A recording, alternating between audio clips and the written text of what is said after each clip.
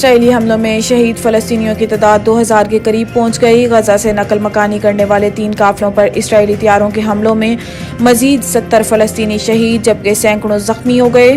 مغربی کنارے میں غزہ کے شہریوں سے اظہار یکجہتی کے لیے کیے گئے مظاہرے پر اسرائیلی فوج کی فائرنگ سے 16 فلسطینی شہید ہو گئے جبکہ غزہ پر بھی ٹینکوں سے چڑھائی کر دی گئی۔ غزہ میں اسرائیلی بمباری کے بعد یرغمال اسرائیلیوں کی بھی لاشیں ملنے لگیں۔ دوسری جانب یہودی آباد کار میں بھی فوج کی موجودگی میں نہتے فلسطینیوں کو گولیاں مارنے لگے۔ عرب ٹی وی نے اسرائیلی فوج کے جھوٹ کا پول کھول دیا۔ تحقیقاتی رپورٹ سے ثابت کر دیا گیا جن 4 فلسطینیوں کو جنگجو کہہ کر گولی مار دی گئی تھی وہ غیر مسلح تھے۔ لبنانی سرحد پر بھی اسرائیلی فوج کی گولہ باری اور فائرنگ سے ایک صحافی جاں بحق جبکہ 6 زخمی ہو گئے۔ لبنان پر اسرائیلی حملے کے جواب میں لبنانی مزاحمتی تنظیم حزب اللہ نے اسرائیلی فوج کے 4 ٹھکانوں پر فائرنگ کر دی۔ حماس کے حملوں میں 1300 اسرائیلی ہلاک ہو چکے ہیں۔ سعودیہ نے اسرائیل کے ساتھ تعلقات کی بحالی کے لیے بات چیت معطل کر دی۔ غیر ملکی میڈیا کے مطابق اسرائیل کے فلسطین پر پے در پے حملوں اور غزہ میں ہونے والی تباہی کے بعد سعودی عرب نے اسرائیل کے ساتھ سفارتی تعلقات کی بحالی کے لیے کی جانے والی بات چیت کو معطل کر دیا جس سے امریکہ کو بھی آگاہ کر دیا گیا ہے۔ اس سلسلے میں خبر رساں ادارے رائٹرز اور بلوم نے ذرائع کا حوالہ دیتے ہوئے کہا ہے کہ سعودی عرب بات چیت کا خاتمہ نہیں کر رہا البتہ فلسطین میں جاری لڑائی کے رکنے تک بات چیت کو روکا گیا ہے۔ دوسری جانب سعودی ولی عہد محمد بن سلمان نے فلسطین کے معاملے پر ایرانی صدر سے بھی گفتگو کی تھی۔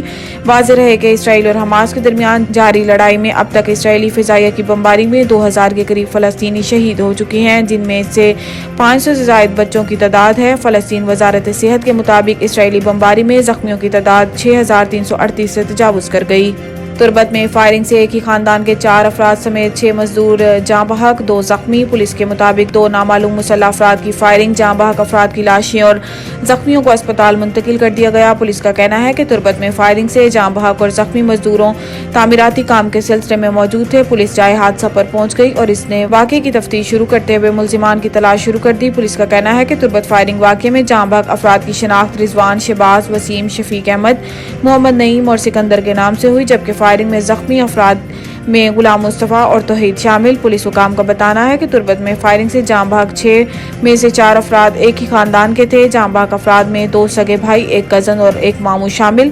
نگران وزیر اعلیٰ بلوچستان علی مردان ڈومکی نے تربت میں فائرنگ کے واقعے کی شدید الفاظ میں مذمت کرتے ہوئے متعلقہ حکام سے تحقیقاتی رپورٹ طلب کر لی۔